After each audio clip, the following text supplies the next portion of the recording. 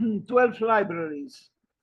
Let's talk about these 12 libraries beyond the technical difficulties that I experience. But before I present these 12 libraries, I thought of showing 3 images from the office and home of Benedetta Taliabue architects from Barcelona. Well, the office is called EMBT, meaning Eric Miralles, Benedetta Taliabue, but Eric Miralles died at 45, unfortunately. But they were a couple and of architects immensely fond of books, and you can see that their office is actually well, it's homely, but it's also so, you know, the books are at home, and here is Benedetta Taliabue surrounded by many books, so it's like a private library. Well, it's not so private because it's also her office here, and this is a very important architecture practice. So, you know, the books are also part of the ambience of the office, and I'm sure everybody working in the office, you know, can have access to books. She declared that Erin Miralles, her husband, was very fond of books. There was a great interest in books, great love of books, and indeed the interior of their office shows this. So the idea to bring books into the office is a very good idea, in my opinion, because you can unite the act of knowing with the act of doing. And there are other architecture offices where this happens. Daniel Libeskind in Berlin, for example. I saw that also Richard Meyer, and now I don't know if he had books in his office, but he was always surrounded by books in his home. Anyway, this is Barcelona, the office of Miralles and Taliabue, and now we go to this famous library by Louis Kahn, the Exeter Library in the United States, one of the most remarkable modern libraries, in my opinion, although it irritated Rem Koolhaas, not the library itself, but the work of Louis Kahn. And I will show also a work by Rem Koolhaas here, the Library of Seattle in the United States. I always ask myself, why did Louis Kahn irritate Rem Koolhaas? And it's very possible that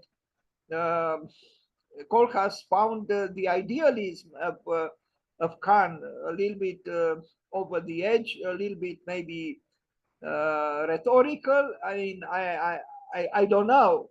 He didn't explain, but I've heard him in a conference talking about Louis Kahn, never again, as if this was the worst kind of architecture. Was not, and is not. And this building in particular is one of the best works, in my opinion, of Louis Kahn, the Exeter Library. The interior indeed has a drama, has a pathos that is very possible, you know, someone like Rem Koolhaas would have had something negative to say about. You know, I was thinking about this, that the X, which is so beloved by Elon Musk, is actually here on the ceiling of this famous library by Louis Kahn. And the X is actually, you know, a symbol of the unknown. The building from the outside is rather mysterious in the sense that you don't quite know where the entrance is. But this probably was also done intentionally by Louis Kahn. It's like a, you know, a box where the access is not simple, and inside you could expect surprises, and indeed there are surprises, and the surprise is not at the edge of the or the periphery of the building with these individual study desks, very sensitively placed near the windows, and in an interesting alignment. You almost could think that it's something monastic here. and this is very unusual. I mean, very few. I mean, I don't know actually of another library where a modern architect, a contemporary architect, would think in these terms about the relationship with a book to create individual, uh, study units. This happens at the edge, at the periphery of the building. You are going to see the plan, but in the center of the building, you have this huge void which dramatizes, perhaps it's, I mean, it's a metaphor perhaps for uh,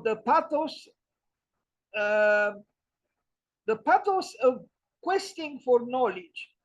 In this section, you see that there are masonry walls on the left and the right side, and here you have these, individual desks for individual study, and then the books surround the void in an incredible architectural vortex. Um, the plan is symmetrical. It's clearly an idealized architecture, worthy of being studied. I think Louis Kahn in this building showed his uh, affection for books and for knowledge, and his quest for that X, which is the symbol of the unknown.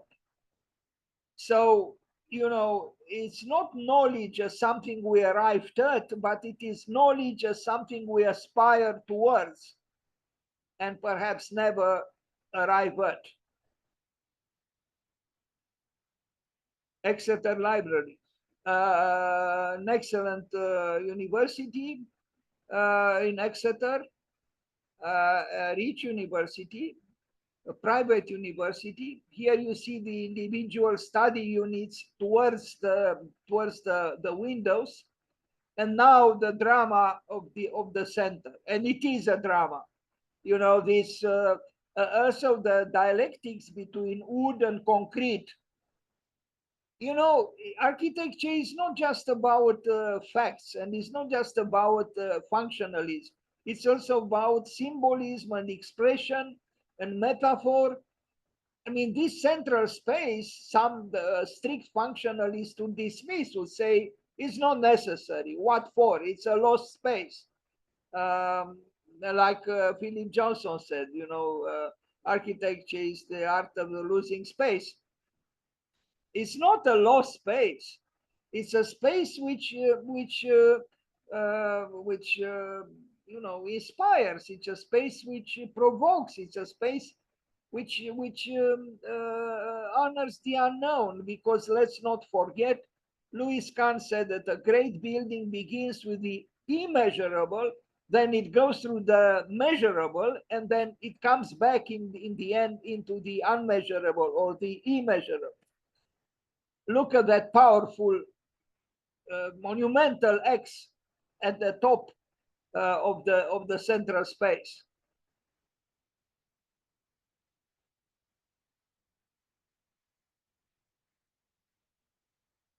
It's not a big building, but it has a monumentality which much bigger buildings in terms of dimensions do not have.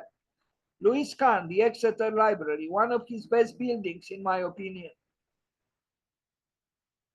Near it, he also built a dining hall for the same university, but I only show now the library. Now, Med Architects in China, with a project that is in construction right now, is not yet finalized. A very different kind of architecture. Here it is. The construction began, and this is a different kind of architecture. It's a fluid architecture done with through parametric design, and it's a gentle cave, so to speak, where books are displayed as you see them.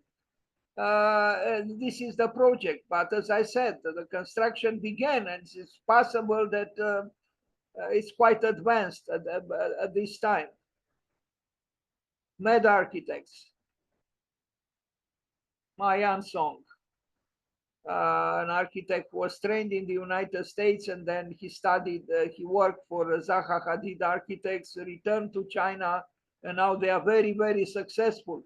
And they are very, very successful because they are mad.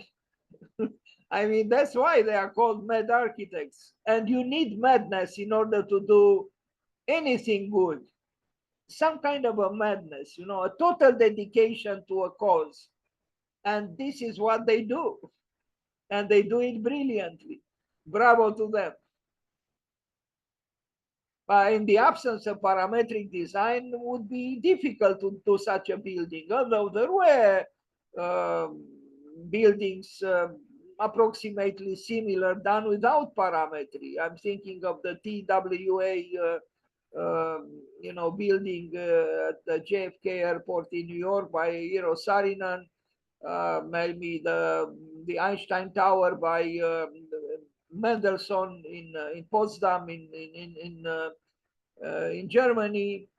There were examples, but now we have the facility to build such a to design such buildings with the help of digital technology. Now, the Seattle Central Library by Office of Metropolitan Architecture and the local firm whose long name I do not know, but essentially is the design of Rem Koolhaas, celebrated building, very photogenic, as someone put it. It is an intriguing building, especially at night, where you see the structure behind the glass facade. The glass is problematic, in my opinion, because glass means transparency, means natural light touching the books, and that's not a good thing for the books. But maybe they used a glass that is more expensive but protects, makes a filter through which the dangerous parts of light do not reach the books. What can we say? It's a very publicized building. It's a building that stands well where it stands there in Seattle. My subjective view is that employment of so much glass for a library is problematic. But otherwise, you know, this is a city of, you know, North American tall buildings, office buildings that are all kind of like advocating the same, you know, relationship with glass. It's still a good building. It's just that I don't know. I think inside there is a risk to be a little bit perplexed. You know, am I in a library? Am I on an airport? But the building is monumental. It's cultural. It functions. It's hybrid. It has levels of hybridity. Explorations that Rem Koolhaas did previously with his proposals for La Bibliothèque Nationale de France, for example, but here he built it. Seattle, Rem Koolhaas and OMA, Office of Metropolitan Architecture. A very different building from the Exeter Library by Louis Kahn.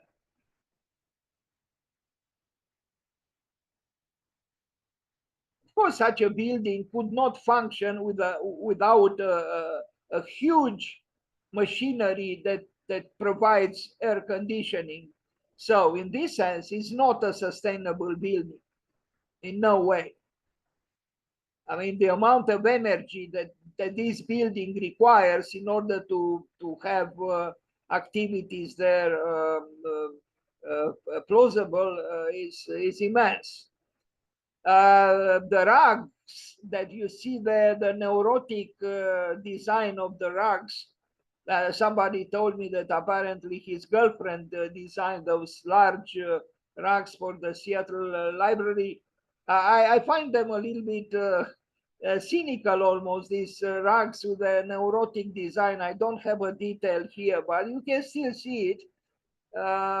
considering that in a library, perhaps you do need a little bit of, you don't need too much distraction. Now, Henri Labrouste, a great architect in France, who brought structure to light. Actually, the cover of a book and the name of the show at the Museum of Modern Art in New York was structure brought to light, not to life.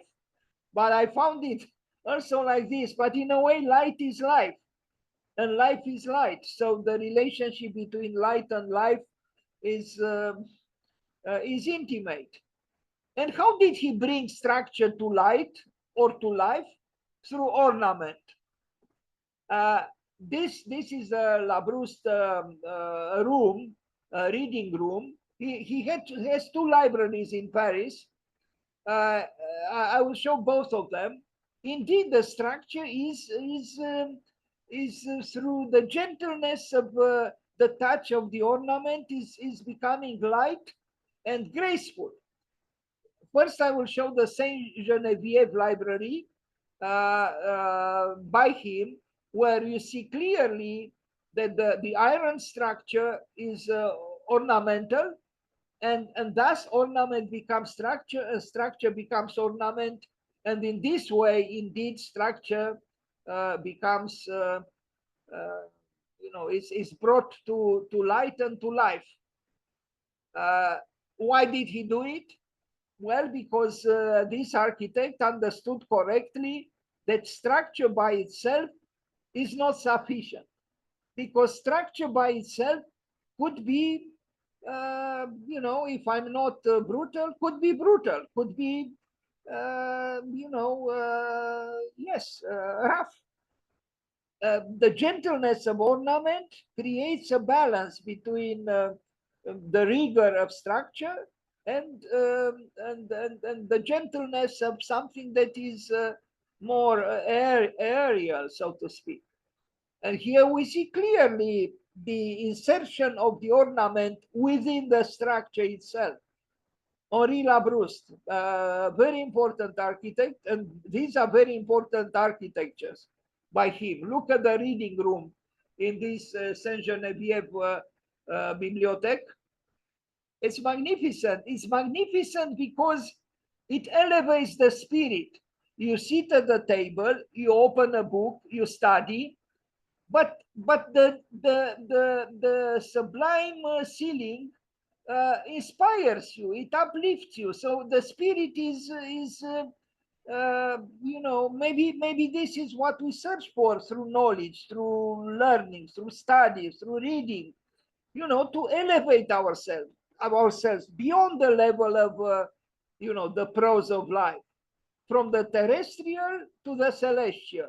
And this you see architecturally also well illustrated in this library by Henri Labrouste. Towards the outside is not so inspiring, the building, but inside, I think he did a great job. And now the Labrouste reading room, also in Paris, is this one, where again we see that at the top of the room, the reading room, something special happens. In strict functionalist terms, he didn't have to do this.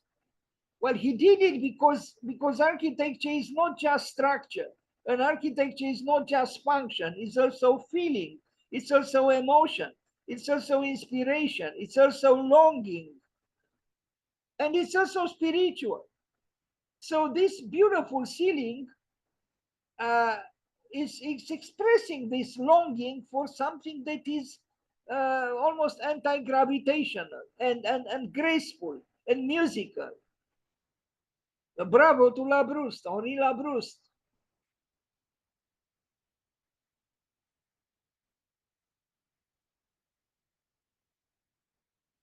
You see, this was the cover of a book and probably the poster of the show brought at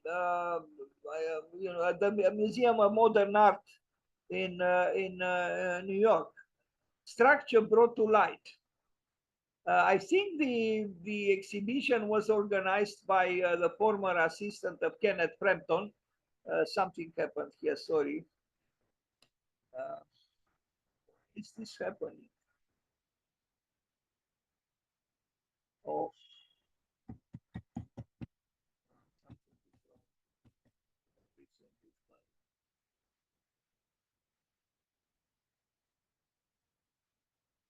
yeah. Now we go to a very different kind of library in Barcelona, built by Eric Miralles and Benedetta Tagliabue. We saw three images at the beginning of their home office. This is an interesting library, very fragmented and partially underground.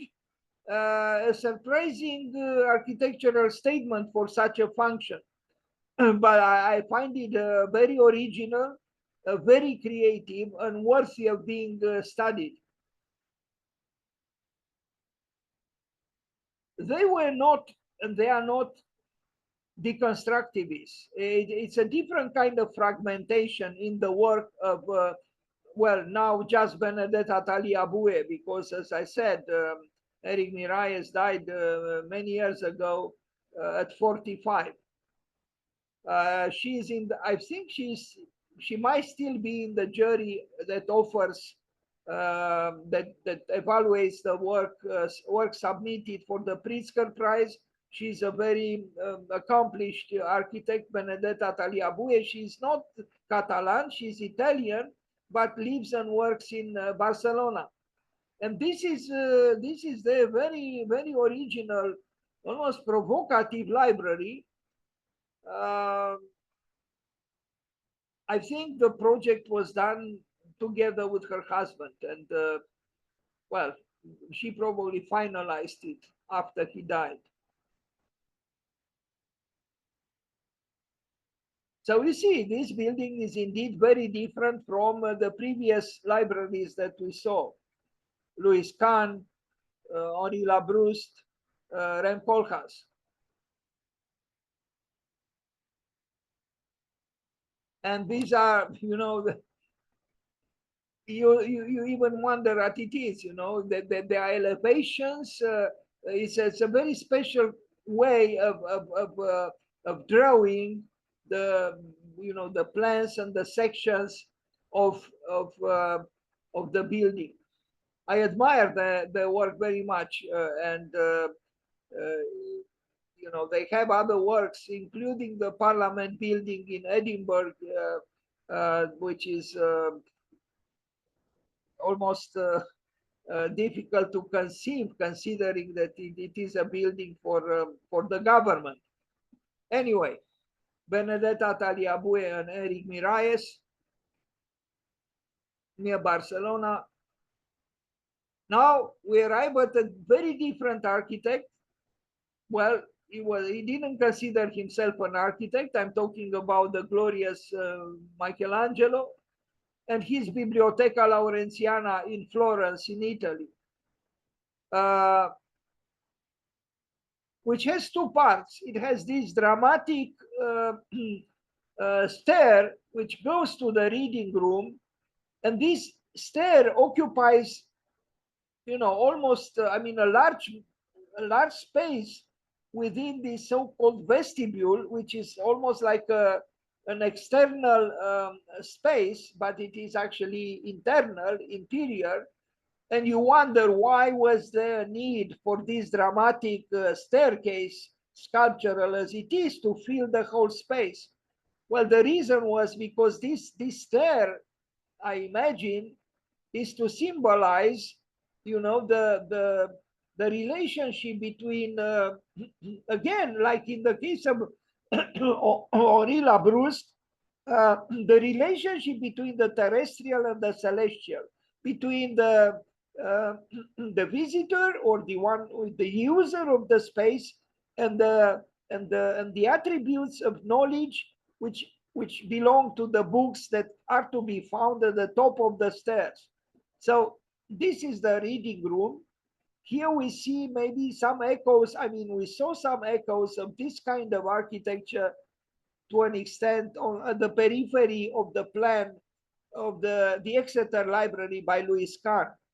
Uh, the reading room by Michelangelo is, you know, functional. Of course, there are the desks, the benches. You read books, you study, but the drama belongs, I would say, mainly to the process of connecting life as it is with the life of spirit, with the life of study, with the life of research. This stair, which again occupies the it's almost a scandal for the eye and for the mind. You know that this architect, one of the greatest the world ever had, uh, intended to fill the whole space with this dramatic stair. Well, this dramatic stair, I think, expresses the yes, the arduous journey towards knowledge. And on the other hand, looking the other way, like a volcano, the knowledge in the books, in the reading room, flowing on the slopes of the volcano towards life as is. So it's this relationship between matter and spirit, between the city of Florence and the idealists to be found on the pages of the books, between the life of the spirit and the life of you know, physiological existence, if I am to call it so. Architecture is not just about functions, it's also about symbol, about metaphor, about more ethereal, subtle things than just the measurable ones. And I think Michelangelo, although he didn't consider himself an architect, he was very much an architect as well. In fact, he could have been anything with his genius. So, Biblioteca Laurenziana, which is connected with San Lorenzo Basilica, which was built by Brunelleschi, a great building. And so you have the Basilica San Lorenzo, and here is the San Lorenzo Library, or the Biblioteca Laurenziana. This is the plan of the vestibule, if we are to call it so, the entrance hallway. What is interesting is that the interior walls of this space are treated as if they are exterior facades of buildings, but it's actually an inner space. Although I'm not very sure, but I think initially this was planned to be opened at the top. Now it is not opened at the top.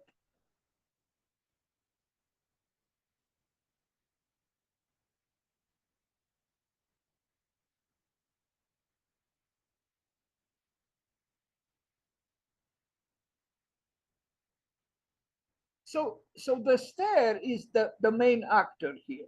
It almost doesn't need humans. You know, it's by itself so powerful, so dramatic that it conveys in physical form the drama of the relationship between reading and thus knowing and life as lived. And here you see in the section the relationship, the verticality of the vestibule, if we are to call it so. You see the plan, here is the vestibule, then the reading room, and in the section, yes, the same thing. Laurenziana Library, or Biblioteca Medicea Laurenziana. La Scala di Michelangelo nella Biblioteca Medicea Laurenziana in Florence.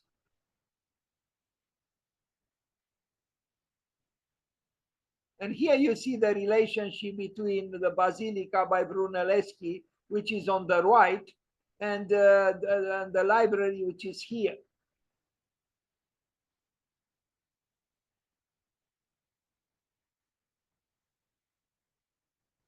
Okay, now we go to something very different.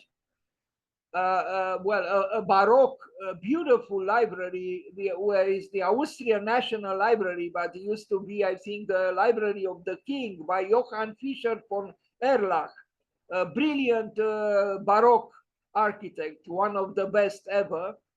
And it is a splendid, a sublime library. I mean, yes, it was intended for a king, and for a king in a way it remained, although it is open now to the public. You know, plenty of sculptures, statues, books all around. The space is out of this world. Is yes, for a king. It's a very inspiring library. In fact, I don't even know if you want to read a book there. It's the whole space, the whole atmosphere elevates one enough.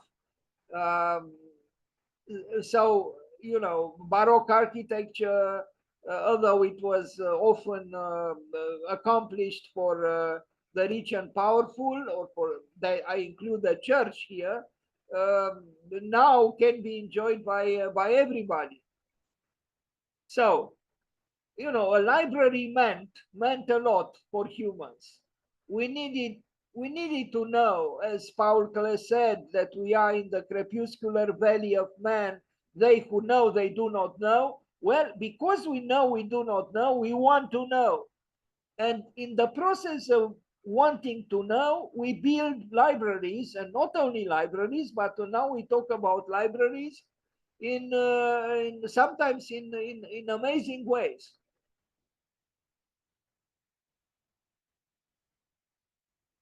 It's not a sacred space, but on the other hand, it's not just a secular space either, because knowledge is in between somehow the two realms, and and that's why the library has a specificity which I think makes it very noble.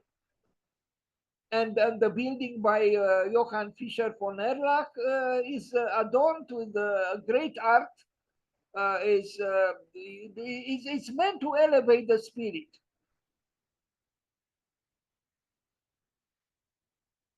Now this building is the Austrian National Library, or the National Library of Austria.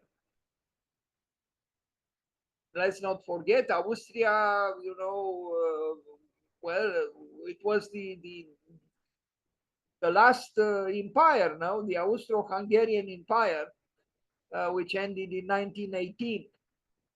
So you know, the majestic side of what an empire might